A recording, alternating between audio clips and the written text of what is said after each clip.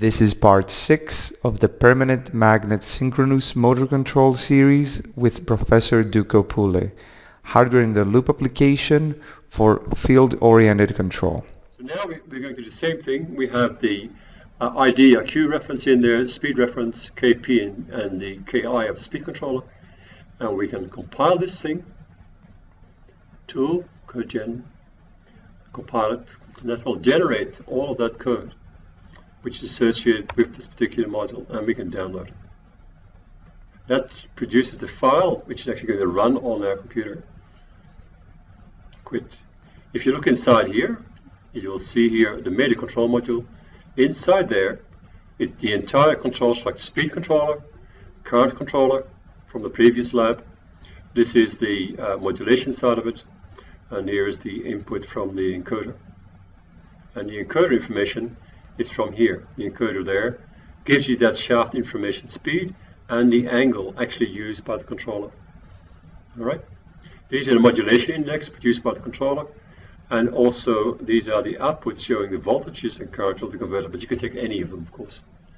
All right, having said all this, we've compiled it, we've run it, and we now move on to the runnable version, and that's going to be open, the last one, this one, before we have a quick break. This is the end of that module, and in this case here we have it, and we are going to see what happens. Now the first thing to observe is make sure it's off. Closed loop control is on, off, and we see if the voltage is there correct and no rubbish. Yes.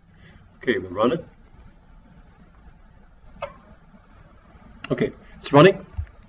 On the speed control, you can feel it.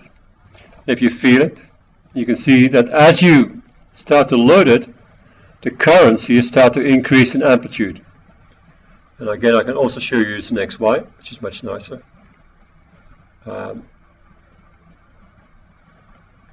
There's the current, and I can also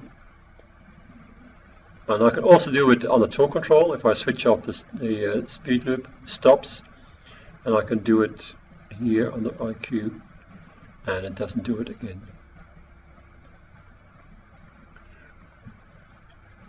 Yeah,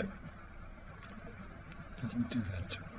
If I add the ID, for example, on this is with ID, direct exit current. The torque doesn't change, but the ID does. So in this case here, the circle increases because I've simply put a current in that direction at the same time as a flux. So the current's increased, which is what you see there. Again, that's the endpoint of the current vector, which is now rotating in the same direction as the flux. There is a small amount of current associated with the torque. If I load it, then the current increases because I'm also putting a current component in that direction. So that's what the field-oriented control is doing for you. You can see the torque and the shaft speed there. In this case here, it's 255. It's quite close to it as it is. And as we load it, the shaft torque is 10 million meters. If you load it, you can see the effect. If I do a reversal, we have direction changes. 255, 290. There's noise on the signal. That's why the signal is here. It should be 300. It's close to 300 as it is. But there's a lot of noise on it to show what's happening. Okay, there's the flux level of the machine. Magnetic flux. There's the voltage. So that's the field-oriented control with an ID. If I set the ID back to 0, then it's just rotating. Switch it back off again. And back on.